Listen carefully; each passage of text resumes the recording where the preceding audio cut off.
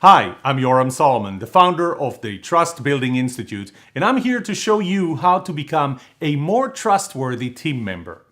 This video is part of a series based on the book Can I Trust You? 67 plus 1 habits that will make you a trustworthy team member. If you are more trustworthy, your team will have better trust. Teams with higher trust are 64% more productive and get 59% more autonomy.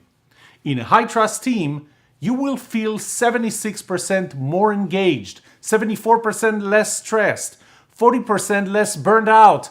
You'll get 106% more energy and 29% more job satisfaction. Why is it so important to be a trustworthy team member? When I conducted my doctoral research between 2008 and 2010, I discovered that a creative and productive organizational culture exists only when team dynamics are positive. Through the research, I found that positive team dynamics boil down to one element: the ability to disagree constructively. In my study and beyond my study, I observed three types of disagreements: the politically correct disagreement, the constructive disagreement, and the destructive disagreement. The politically correct disagreement focuses on avoiding disagreement altogether. People hold the meeting before the meeting after the meeting, just not the meeting during the meeting. The destructive disagreement quickly turns personal, emotional, and irrational. And is not about ideas anymore, it's about personalities. It's not that your idea is stupid, it's that you are stupid now.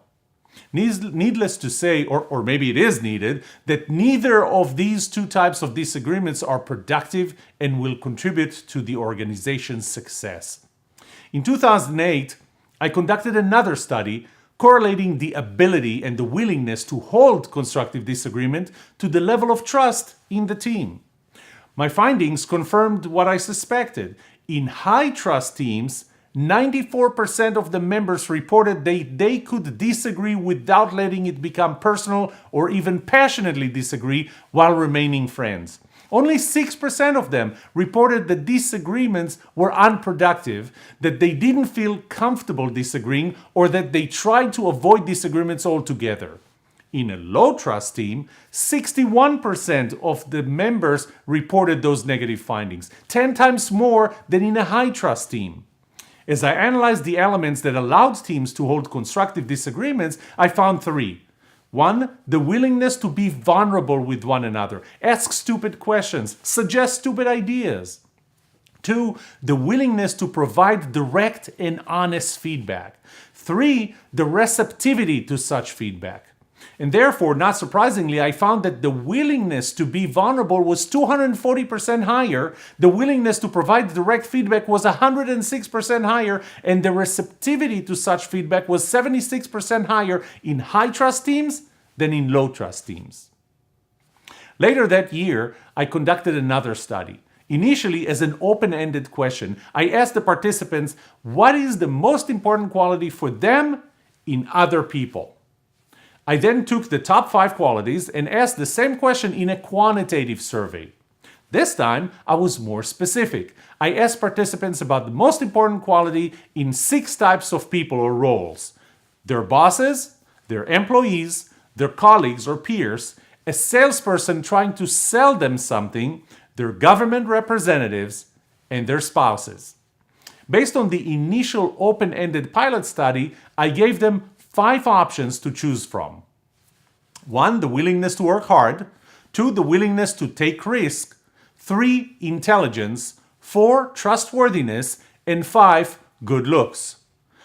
I know, good looks was one of the top options. Thankfully, only 0.83% of the participants ranked good looks as the most important quality for them in other people.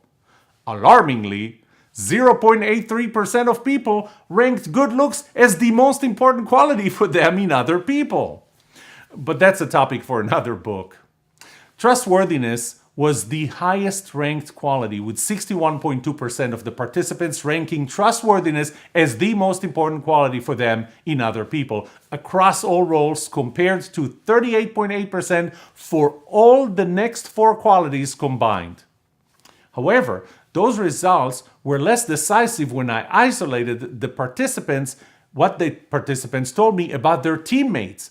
While still in top place, only 49.2% of participants ranked trustworthiness of their peers as the most important quality, followed by 33.9% for willingness to work hard compared to the 30.1% workplace average and 19.8% overall.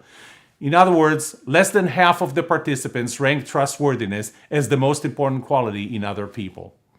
It was definitely worse when I asked leaders about their employees. When asking leaders about the most important quality for them in their employees, they ranked the willingness to work hard as the most important quality 47.5% of the time. Trustworthiness only came second, 39.3% of the time.